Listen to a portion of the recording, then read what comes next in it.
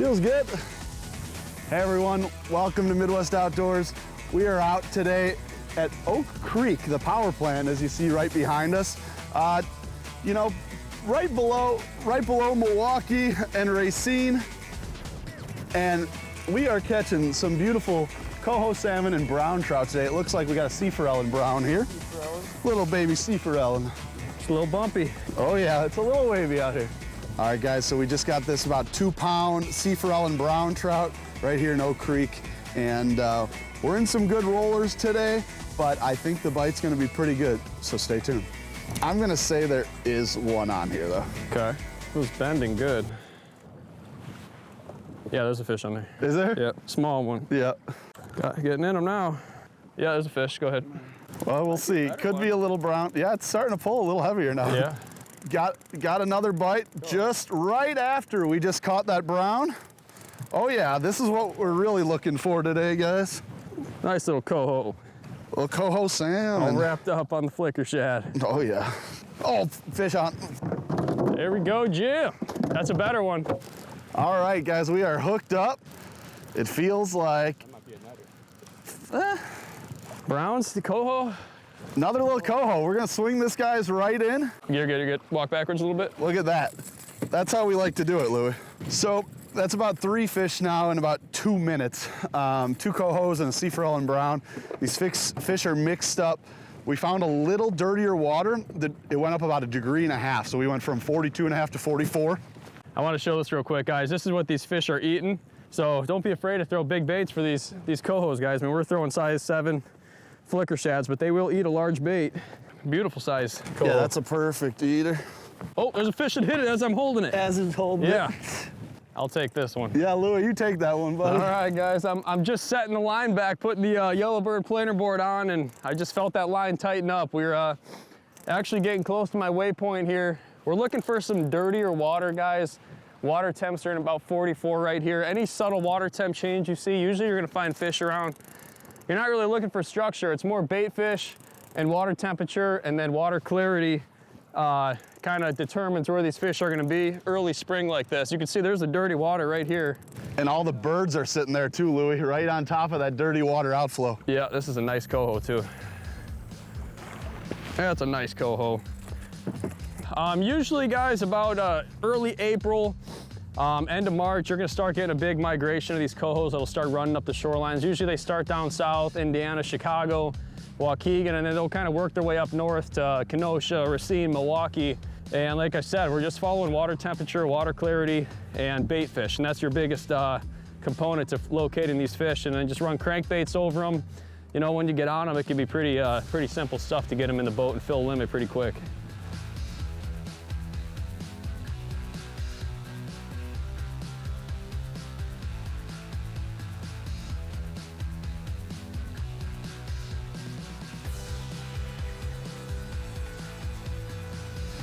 Feels decent right now. We're, oh yeah, there's a little more current.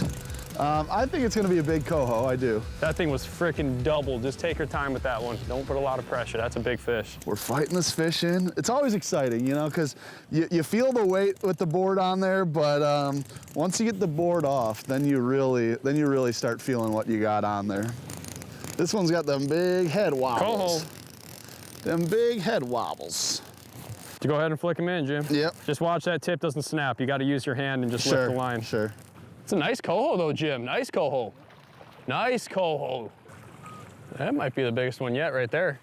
Get a picture with that one. Might be, yep. Oh yeah, that's a 4-pounder. You know, I grew up chasing salmon. That was really what got me into fishing. And usually in the fall, you're chasing coho and kings, and you're looking for 1 or 2 big bites a day.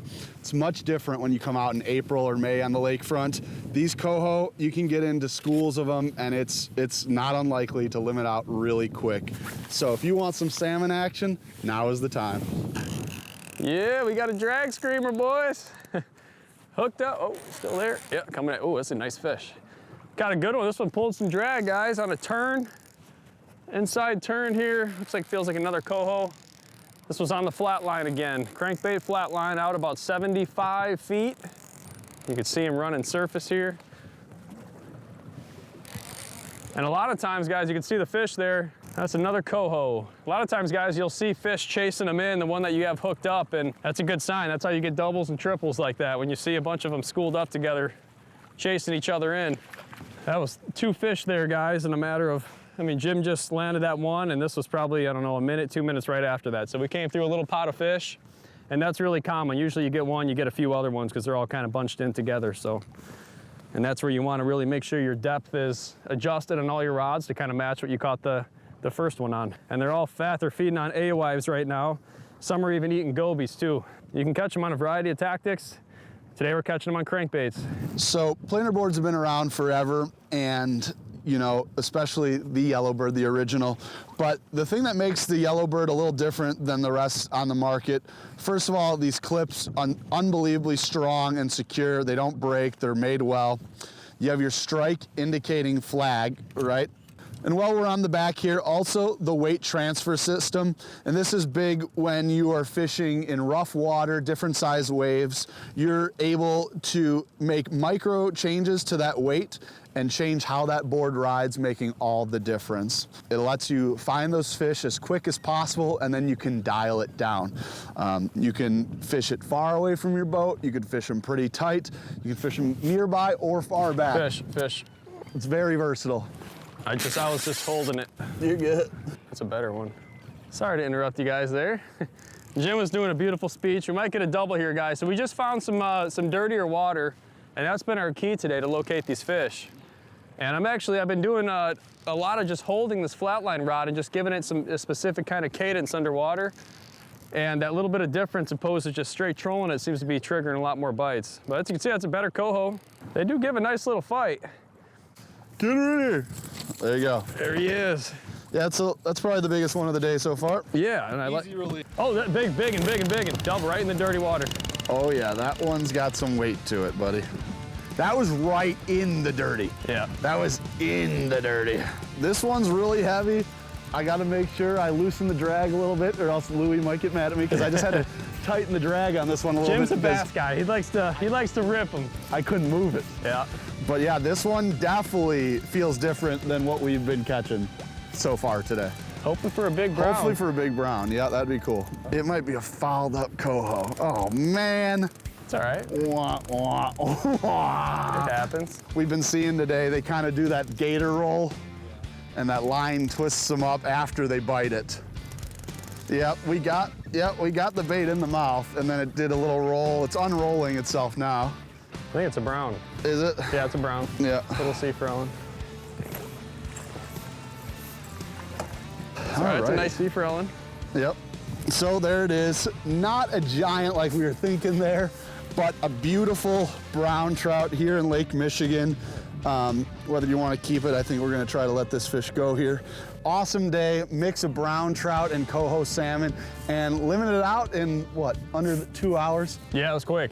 If anyone wants to get a hold of you or do some of this, how do they reach you? Sure, they can. You can give me a call at 630-699-4258, and if you guys have any questions, go over the details with you. But that's probably the best way to do it.